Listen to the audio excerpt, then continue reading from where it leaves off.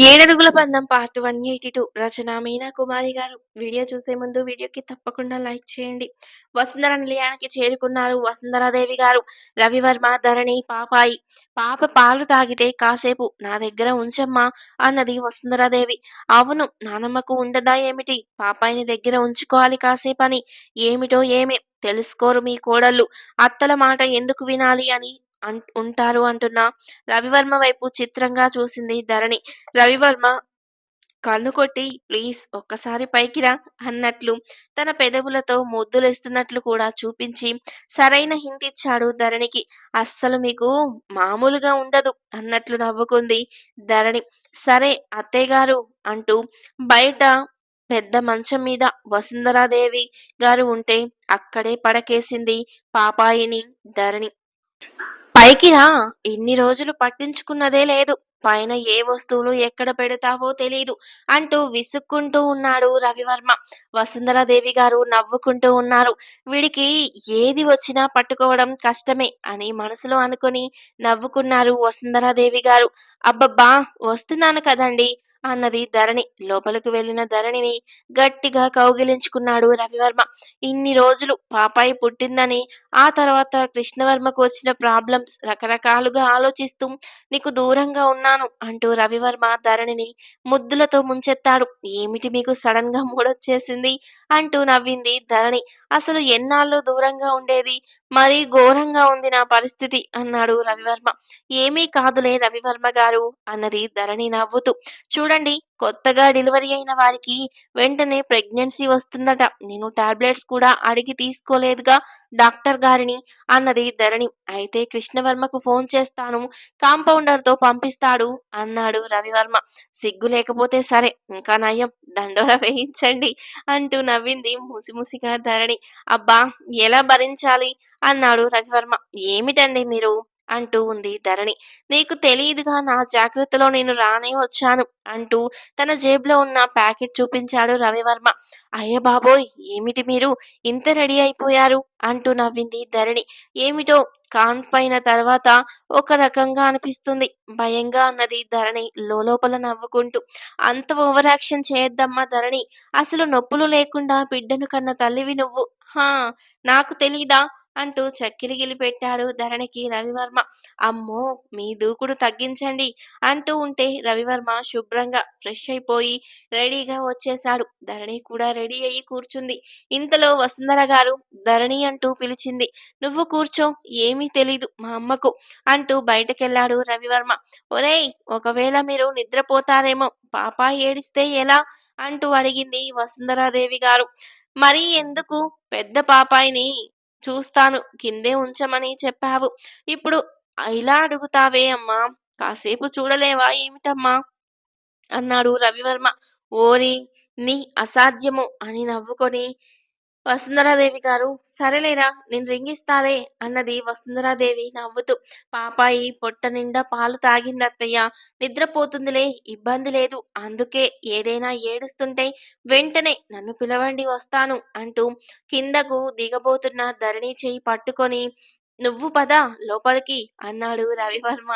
చెయ్యి అడ్డం పెట్టుకొని నవ్వుకుంటూ ఉన్నారు వసుంధరాదేవి గారు. వీడికి చిన్నతనం పోలేదు. ఏదైనా కావాలంటే వెంటనే కావాలి. ఆలస్యం ఉండకూడదు. అలాగే అన్ని విషయాలు అనుకుంటే ఎలా? ఇక మా వాడికి తిప్పలు తప్పవు. ఈ పాపాయితో ఇంకో బాబు కూడా పుట్టాడంటే ఉంటుంది అబ్బాయి పని అని నవ్వుకుంది ముసిముసిగా వసుంధరాదేవి గారు. నువ్వు రా, తలుపులు గడియ వెయ్యి. అసలు ఈ పెద్దవాళ్లకు ఏమీ తెలీదు.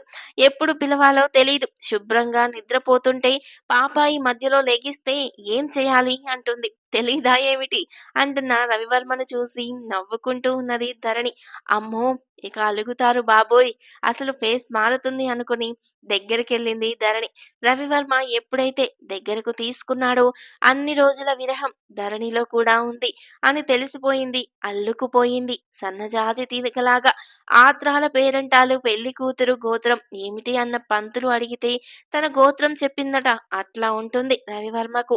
ఏదైనా విషయం గాని కావాలి అనిపిస్తే అయ్యో నెమ్మది అంటూ ఉన్న ధరణి అవును మరి కొత్త పెళ్లి కూతురివి అసలేమీ తెలీదు పాపం అంటూ నవ్వుతూ ఏంచెక్కా తన ఇష్టాలను తీర్చుకున్నాడు రవివర్మ. మునుపున్న నెమ్మది లేదు రవివర్మలో. ఎన్నాళ్ళ మట్టో మోజు భోజనం లేక అల్లాడిపోయిన మనిషిలా తప్పించిపోయాడు. అబ్బా! అంటూ మధ్యలో ధరణి కొంచెం నెమ్మది అంటూ నవ్వొస్తుంటే ఆపుకుంటూ ఉన్నది. వారిద్దరి మధ్య ఆనందం అంచులు తాకింది. అంతే. ఒకరినొకరు హత్తుకుపోయి అలా ఉన్నారు. ఏమిటో మండు వేసవిలో దాహం వేస్తే ఒక్క గ్లాస్‌తో తీరేది కాదు కదా! అన్నాడు రవివర్మ. అవునవును. మండు వేసవిలో దాహం వేసింది అని అట్టే తాగకూడదు. ఒకేసారి ఒళ్ళు తేడా చేస్తుంది అంటూ నవ్వింది ధరణి. ఇంతలో కృష్ణవర్మ ఫోన్ చేశాడు. హలో! అంటూ పలకరిస్తున్న రవివర్మ గొంతు విన్న కృష్ణవర్మ ఏంటన్నయ్య ఏదో కష్టపడ్డట్టున్నారు అంటూ నవ్వేశాడు. అబ్బే ఏమీ లేదు అన్నాడు రవివర్మ. అవునవును. మీరు కాంపౌండర్‌ని ప్యాకెట్స్ అడిగి తీసుకెళ్లారట. 1, 2 కాదు 4 అని పకపక నవ్వుతున్నాడు కృష్ణవర్మ. అయ్యో రామా! ఏమిటండి మీరిద్దరూ మాట్లాడుకునే మాటలు అంటూ కళ్ళతోనే మందలించింది ధరణి. అదేమిటి పిల్లలు పుట్టకుండా వాడేవి వాటి గురించి డాక్టర్ కాబట్టి చెబుతున్నాడు మా తమ్ముడు అంటూ నవ్వేశాడు రవివర్మ. తమ్ముడు చాలా హ్యాపీగా ఉంది నాకైతే అన్నాడు నవ్వుతూ రవివర్మ. ఉంటుంది. ఎడారిలో నడుస్తున్న వాడికి కూల్ డ్రింక్ తాగాను అని చెప్పినట్లుందన్నయ్య అంటూ నవ్వేశాడు కృష్ణవర్మ. జాగ్రత్త ఒక డాక్టర్‌గా సలహా ఇస్తున్నానన్నయ్య అని పకపక నవ్వుతున్నాడు కృష్ణవర్మ. ఇంతలో నా పాప ఏం చేస్తుందో అని లేకపోయిన ధరణిని చెయ్యి పట్టుకొని లాగాడు రవివర్మ. అబ్బా! వదలండి. ఫోన్ మాట్లాడుతున్నారుగా అన్నది ధరణి మరచిపోయి. అన్నయ్య నాకు రన్నింగ్ కామెంటరీ ఏమీ వద్దు గానీ బాయ్ అంటూ అని నవ్వుతూ పెట్టేశాడు ఫోన్ తమ్ముడికి 4 కృష్ణవర్మ. ప్యాకెట్స్ తీసుకున్నానని కొంచెం భయం వేసినట్లుంది. ఎంతైనా డాక్టర్ కదా! తన వదిన గారి గురించి జాగ్రత్తల కోసం ఫోన్ చేశాడు అని నవ్వేశాడు రవివర్మ. అయ్యో! సిగ్గు లేకపోతే సరి మిమ్మల్ని అసలంటూ చెవి పట్టుకుంది ధరణి. అబ్బా! మళ్ళీ మూడొచ్చేసిందన్నాడు రవివర్మ. వెంటనే వదిలేసి బయటకెళ్ళిపోయింది ధరణి నవ్వుతూ. కృష్ణవర్మకు ఆశ పాడిన పాట గుర్తొచ్చింది. అయ్యో పిల్ల! ఎంతల్లరి పిల్ల! ఏం మాట్లాడాలో, ఏం మాట్లాడకూడదో తెలీదు పాపం అని నవ్వుకున్నాడు. ఎప్పుడు రవివర్మ అన్నయ్య ఆ పాట గురించి చెబుతూ రకరకాలుగా వర్ణిస్తూ జోకులు వేస్తూ ఉంటారు. ఏది ఏమైనా ఆ పాట మహత్యం ఏమో అన్నయ్యలో మార్పుకి కారణం అని నవ్వుకున్నాడు. అయినా కొత్త పెళ్ళికొడుకుని కోరి మరి ఇటువంటి కష్టాన్ని తెచ్చుకోవచ్చా? మరి తగిన శాస్త్రి జరిగింది. ఇంకెప్పుడైనా జాగ్రత్తగా ఉండాలిరా. కృష్ణ కృష్ణ కృష్ణ అనుకుంటూ కళ్ళు మూసుకొని గట్టిగా అలాగే పడుకుంటే ఎదురుగా శ్రావణి రూపం కనిపించింది. అబ్బా! పక్కకు వెళ్ళవే నువ్వు అన్నాడు కృష్ణవర్మ. ఏమిట్రా నువ్వు మాట్లాడేది? అన్నారు దామోదరవర్మ గారు. అబ్బే ఏమీ లేదు తాతగారు పడుకోండి అంటూ నోరు మూసుకొని పడుకున్నాడు కృష్ణవర్మ. పక్క గదిలో అందరూ నవ్వులు వినిపిస్తున్నాయి. ఏం చెప్తుందో మా బుజ్జి బుజ్జమ్మ అని నవ్వుతూ ఉన్నాడు కృష్ణవర్మ. వింటే పోలా అనుకున్నాడు. మళ్ళీ అనుకున్నదే తడవుగా బయటకు నడిచాడు కృష్ణవర్మ. కృష్ణవర్మ శ్రావణి గది దగ్గర నిలబడి మాటలు వింటూ ఉన్నాడు. శ్రావణి నవ్వులు అందరి నవ్వులు వినబడుతున్నాయి. అంతకు మునుపు ఏం చెప్పిందో నా బుజ్జి బంగారం అనుకున్నాడు ముచ్చటగా కృష్ణవర్మ. అబ్బా! అబ్బా! మీ దెబ్బకు ఓర్పు లేకపో ఓర్చుకోలేకపోతున్నాను. కాస్త రిలాక్స్ ఉంటే బావుండు అన్నది శ్రావణి. ఏమంట అన్నదో కృష్ణ భక్తురాలు. అలాగే జరిగిపోయింది. చాలా గ్యాప్ వచ్చేసింది. అయ్య బాబోయ్! అనుకున్నాడు కృష్ణవర్మ. అదేమిటి కృష్ణవర్మ బావగారు కృష్ణా నదిలో లోపల కూర్చునున్నారా? జల దిగ్బంధన అభ్యాసం చేస్తున్నారా? కాలు జారి నువ్వెళ్ళి ఆయన ఒడిలో పడిపోయావా? ఎక్కడ దొరికినట్లు అంటూ పకపక నవ్వుతూ ఉంది ఆశ. చెప్పుకునే వాళ్లకు నవ్వులాటగానే ఉంటుంది. కానీ అప్పుడు ఇబ్బంది పడింది నేను కాదు అనుకున్నాడు కృష్ణవర్మ. అప్పటి వరకు బుద్ధిగా ఉన్న ఈ కృష్ణవర్మ మనసు ఒక్కసారిగా మారిపోయింది. దేశ దేశాలు తిరిగినా ఎంతమంది అందగత్తెలు ఇష్టపడ్డా కూడా తనకు ఎవరూ నచ్చలేదు. కానీ శ్రావణి ఎప్పుడైతే తన ఒడిలో పడిపోయిందో అప్పుడే తనలో లవ్ చలనం కలిగింది. లవ్ ఎట్ ఫస్ట్ సైట్ కాదు లవ్ ఎట్ ఫస్ట్ టచ్ అని నవ్వుకున్నాడు కృష్ణవర్మ. ఆ తర్వాత ఏం జరిగిందక్కా? లేచావా? లేకపోతే అలాగే ఉండిపోయావా? అంటూ పకపక నవ్వింది ఆశ. ఏముంది ప్రస్తుతానికి నిద్రొస్తుంది నాకు అన్నది శ్రావణి నవ్వుతూ. ఉదయాన్నే పూజలు పునస్కారాలు ఉన్నాయి ఆశ. చాలా భక్తిగా ఉండాలి. అంతవరకు చాలు మాటలు. తర్వాత మాట్లాడుకుందాం సరేనా?" అన్నది శ్రావణి. "సరే అక్క, చాలా బావున్నాయి. ప్రతి విషయం నవ్వొచ్చింది నాకు" అని నవ్వుతూ ఉంది ఆశ. ఆశ ఎప్పుడూ ఇలా హాయిగా నవ్వడం గమనించలేదు. తున్నట్లు అనిపిస్తుంది తప్ప తన మనసులో ఏదో దాగి ఉంది అన్నట్లు ఉండేది ఆ నవ్వులో. కానీ ఇప్పుడు మనశ్శాంతిగా నవ్వుతున్నట్లు కనిపించింది మంజీరా వర్మకు. ఆమెకు కూడా నిద్ర రావడంతో అందరూ అలా పడుకుండిపోయారు. కృష్ణవర్మ లోపలికి వచ్చి తలుపులు వేసుకొని "క్షమించు కృష్ణ కృష్ణ" అనుకుంటూ రేపు మళ్ళీ పూజకు అన్నీ సిద్ధం చేసుకోవాలని పడుకున్నాడు. గీతికకు 8వ నెల నుండి 9వ నెల వచ్చింది. ఆమెతో జాగ్రత్తగా ఎక్సర్‌సైజులు చేయిస్తున్నాడు డాక్టర్లు చెప్పినట్లుగా దేవ. గీతిక చిన్న పిల్లలా ఎంత మొరాయించినా కూడా వినిపించుకోకుండా ఆ విషయంలో మాత్రం చాలా శ్రద్ధ తీసుకుంటున్నాడు దేవ.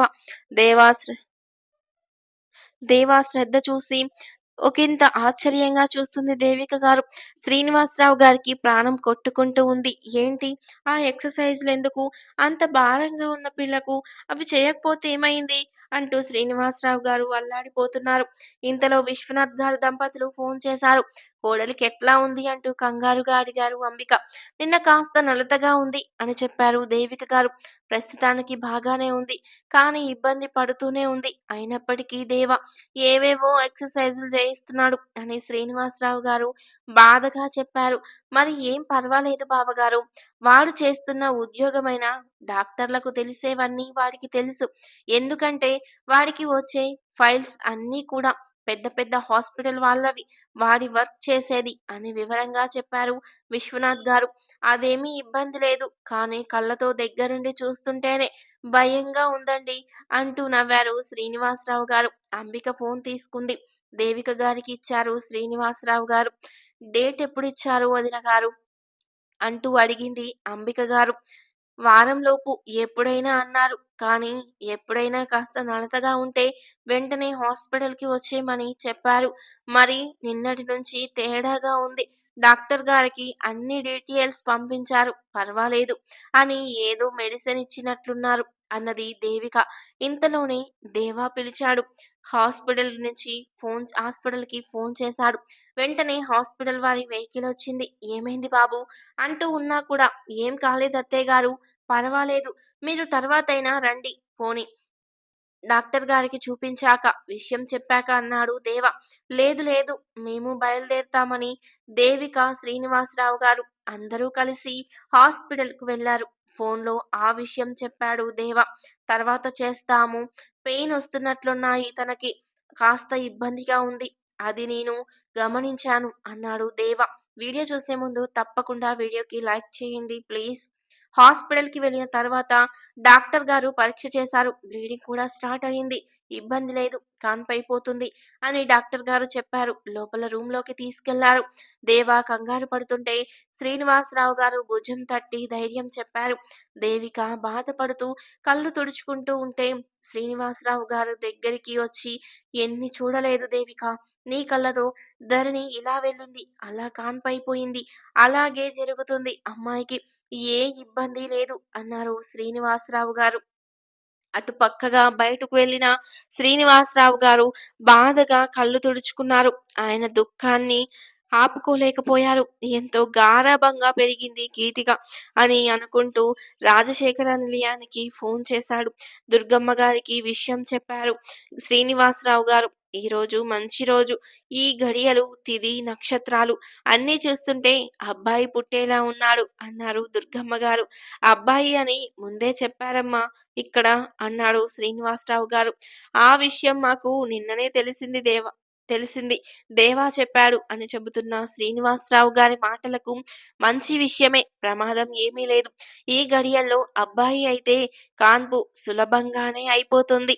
ఇబ్బంది పడదు" అన్నారు దుర్గమ్మ గారు. ఆనంద్ దంపతులకు కంగారుగా అనిపించింది. ఎంతైనా తాము కన్న కూతురు అక్కడ నొప్పులు పడుతుంటే తెలియని ఆవేదన బయలుదేరింది. వారిద్దరిలో అసలు ఆ భావన ఇంతవరకు కలగలేదు. తాము ఆ బిడ్డను కన్నాము అన్న ధ్యాస పెద్దగా అనిపించలేదు. ఇప్పుడు ఎందుకు ఈ విషయము ఇంతలా మనసును తడుపుతుంది అనుకున్నారు ఇద్దరు. అదే మాటను ఆనంద్ గారు అడిగితే, అదేరా పేగుబంధం అంటే మనకు తెలియకుండానే పేగు కదిలి బాధ కదులుతుంది. అక్కడ ఆ పిల్ల బాధపడుతుంటే మీకు మనసుకు ఆవేదనగా ఉంది. రాత్రి కదా నువ్వన్నావు అమ్మాయికి నొప్పులు వస్తున్నట్లు కలొచ్చిందమ్మా అంటూ. చూసావా తెల్లారేసరికల్లా వార్త అంటూ ధైర్యం చెప్పారు దుర్గమ్మ గారు. ధనుంజయ్ గారు ఆనందంగా నవ్వుకున్నారు. శ్రీనివాసరావు గారు అటు పెద్ద కూతురికి, ఇటు చిన్న కూతురికి కూడా తెలియజేశారు. ఆ విషయాన్ని ధరణి కంగారు పడింది. అసలే సుకుమారంగా ఉంటుంది. చిన్న నొప్పి కూడా భరించలేదు. అది కాస్త మొండిగా ఉంటుంది. చెప్పిన మాట కూడా వినదు. ఏం చేస్తుందో ఏమిటో అని కంగారుగా అటూ ఇటూ తిరుగుతుంది ధరణి. కాన్పు అవ్వాల్సింది మీ చెల్లెలికి, నీకు కాదు. ఎందుకు వాకింగ్ చేస్తున్నావు? అక్కడ అంతా సులభంగానే ఉంది. దేవ మీ చెల్లెల సంగతి గమనించి ముందు నుండి ఎక్సర్‌సైజులు చేయించడం అన్నీ చేయించాడు. ఏమాత్రం ఇబ్బంది లేదు. రాబోతున్న ఇబ్బందులు ముందు నుండి అలవాటు చేశాడు. ముందు నుండి అన్నీ చెబుతూనే ఉన్నాడు. వాడి తిప్పలంతా ఇంతా కాదు పాపం అని రవివర్మ గారు నవ్వుతూ చెప్పాడు. అంటే ఇలాంటి విషయాలు కూడా మీరు హాయిగా చెప్పుకుంటారన్నమాట. నొప్పులు పడేది ఆడవాళ్ళు, బాధ తెలిసేది ఆడవాళ్ళకే అన్నది ధరణి కోపంగా. మరి నీకు నొప్పులే లేవు. ఏమిటో ఎలా ఉంటుందో అని నేను అనుకునే లోపే నర్సొచ్చి పాప పుట్టిందని చెప్పారుగా మరి అన్నాడు నవ్వుతూ రవివర్మ. ఆ విధంగా చూసుకుంటే నిన్ను లోపలికి తీసుకువెళ్ళినప్పుడు నొప్పులు పడింది నేను అంటున్న రవివర్మ మాటలకు నవ్వేసింది ధరణి. ఇలా నవ్వుతూ ఉండాలి గాని ఎందుకు లేనిపోనివి ఆలోచించుకొని మనసు ప్రశాంతతను పోగొట్టుకోవాల్సిన అవసరం లేదు. అక్కడ శ్రద్ధగా చూసుకునేది దేవ. డాక్టర్ల విషయాలన్నీ అతనికి తెలుసు. బానే చూసుకుంటున్నాడు. ఆయన ప్రతిరోజు తీసుకునే ఆహారం నుండి, చేసే ఎక్సర్సైజ్‌ల నుండి అన్ని విషయాల్లో చాలా శ్రద్ధగా ఒక పసిపాపలా చూసుకున్నాడు. నీకు కూడా ఎన్నో మంచి విషయాలు షేర్ చేశాడుగా. అవి నువ్వు కూడా పాటించావుగా. అందువల్ల ఇబ్బంది లేదు అని నాకు తెలుసు అన్నారు రవివర్మ. శ్రీనివాసరావు గారు ఫోన్ చేసి చెప్పారు శ్రావణికి. అవునా నాన్నగారు, అక్కను లేబర్ రూమ్‌లోకి తీసుకెళ్లారా? ఎలా ఉంది? అన్నది శ్రావణి. అప్పటికి పూజా పురస్కారాలు, టిఫిన్ కార్యక్రమాలు కూడా అయిపోయాయి. కృష్ణవర్మ దేవాకి మెసేజ్ పెట్టాడు. ఇలా జాగ్రత్తలు తీసుకోండి. అలా చేస్తున్నారా లేదా అంటూ ముఖ్యమైన విషయాలన్నీ కూడా మెసేజ్‌లు పెట్టాడు. అంతా పర్ఫెక్ట్ గానే ఉంది అని మెసేజ్ పెట్టాడు దేవ. గీతిక నొప్పులు పడుతూ ఉంది. దేవాని పిలిస్తే లోపలికి వెళ్ళాడు. గీతికను పట్టుకొని ఉన్నాడు. ఆమె దేవా గుండెల్లో తల దాచుకొని నొప్పులు అనుభవిస్తూ ఉంది. చెప్పిన మాట ఒక్కసారి వినమ్మా, కాస్త చెప్పినట్లు విను అంటూ వాళ్ళు ఇంగ్లీష్‌లో ఎలా ఉండాలో చెబుతున్నారు. గీతిక అలాగే ఉంది. దేవ గీతిక చెవిలో చెబుతూ ఉంటే గీతిక అలాగే చెప్పినట్లుగా అనుసరిస్తుంది. అంతే. అరగంట ఇబ్బంది పడ్డ తర్వాత అబ్బాయి పుట్టాడు. కొంచెం కుట్లు పడ్డాయి. సులభంగా అయింది కాన్పు. ఇబ్బంది లేదు అని నర్స్ తల్లి బిడ్డ క్షేమమని బయట చెప్పింది. దేవా కూడా బయటకెళ్ళాడు. బాబుని శుభ్రం చేసి దేవా చేతుల్లో పెట్టారు డాక్టర్లు. ఎంత ఆనందంగా అనిపించింది దేవాకు. ఎంత అందంగా ఉన్నాడో అసలు. అచ్చు గుద్దినట్టు తల్లిలా పుట్టేశాడు వీడు అంటూ నవ్వాడు దేవ. వెంటనే బాబుని ఫోటోలు తీసి అందరికీ పంపించాడు. అయ్యో! ఎలా ఉందో, కాన్పయిందో లేదో అనుకుంటున్నాం. బాబు ఫోటో కూడా పంపించేశారండి అంటూ ధరణి బాబును చూసి ఎంత అందంగా ఉన్నాడు. అచ్చం వాళ్ళమ్మలా ఉన్నాడు నాకైతే అంటూ నవ్వేసింది ఆనందంగా. మీ అక్కా చెల్లెళ్ళు అదృష్టవంతులు. మీకు దొరికిన భర్తలు మంచివాళ్ళు. వాళ్ళు ఇబ్బంది పడతారు తప్ప మీకు ఏ ఇబ్బంది కలిగించరు. అందుకే పుట్టిన పిల్లలు కూడా చాలా బావున్నారు అంటూ నవ్వేశాడు రవివర్మ. మరి మేమే చెడ్డవాళ్ళమా అన్నది ధరణి. అబ్బా! నిన్ను లాయర్ చదివించి తప్పు చేశారు. ఏది చెబుతున్నా కూడా వాదనే కదూ. అయినా తల్లి పోస్టొచ్చాక మారిపోయావు నువ్వు అన్నాడు రవివర్మ నవ్వుతూ. ఇంకా నా దగ్గర 2 ఉన్నాయి అంటున్న రవివర్మ మాటలకు రవివర్మ వీపు మీద ఒక్కటి వేసింది ధరణి నవ్వుతూ. నవ్వేశాడు రవివర్మ. నిజంగా ఆటగా మాట్లాడుతూ నవ్విస్తుంటాడు ధరణిని. లేకపోతే ధరణి వేసే తెలివైన ప్రశ్నలకు సమాధానాలు చెప్పలేడు రవివర్మ. అయ్యో! వీడెంత ముద్దుగా ఉన్నాడండి అంటూ నవ్వింది శ్రావణి. ఫోటో కూడా చూడు, మనవాడు గిలక్కాయ బాగా కనిపించేలాగా మరీ ఫోటో తీసి పంపించాడు దేవా అన్నయ్య అంటూ తెగ నవ్వేశారు కృష్ణవర్మ. మనం పూజలు చేసుకుంటున్నాం, అలాంటి మాటలు మాట్లాడకూడదండి అన్నది శ్రావణి. ఆ మాటలు విన్న ఆశకు నవ్వాగలేదు. అయ్యో, ఆ మాట లీక్ చేయకు దయచేసి అంటూ నవ్వుతూ ఉంది శ్రావణి. లేదు, ఈ మాట అందరూ తెలుసుకోవాలి, కాసేపు నవ్వుకుంటారందరూ అంటూ నవ్వింది ఆశ. దామోదర వర్మ గారి దగ్గరకు ఫోన్ తీసుకుని వెళ్ళి బాబు ఫోటో చూపించి ఆ విషయం చెప్పి ఒక్కటే నవ్వు. ఆశ, దామోదర వర్మ గారు కూడా పక్కపక్క నవ్వారు. ధరణికి ఫోన్ చేసి మళ్ళీ నవ్వులు. ఆశ ధరణితో కలిసి మొత్తానికి కాసేపట్లో అందరికీ తెలిసిపోయింది ఆ విషయం. అందరూ ఒకటే నవ్వులు. కృష్ణవర్మ, అయ్యో కృష్ణ కృష్ణ, అనకూడని మాట అన్నానని ఈ పిల్లతో టామ్ టామ్ చేయించి నాకు బుద్ధి చెప్పావు కదా కృష్ణ అనుకున్నాడు మనసులో. కృష్ణవర్మ ముఖం చూసిన శ్రావణి, ఆశ ఇద్దరూ పకాలున నవ్వారు. తర్వాత ఏం జరిగింది అనేది నెక్స్ట్ పార్ట్‌లో తెలుసుకుందాం. వీడియో నచ్చితే తప్పకుండా లైక్ చేసి సబ్స్క్రైబ్ చేసుకోండి. Thank you for watching.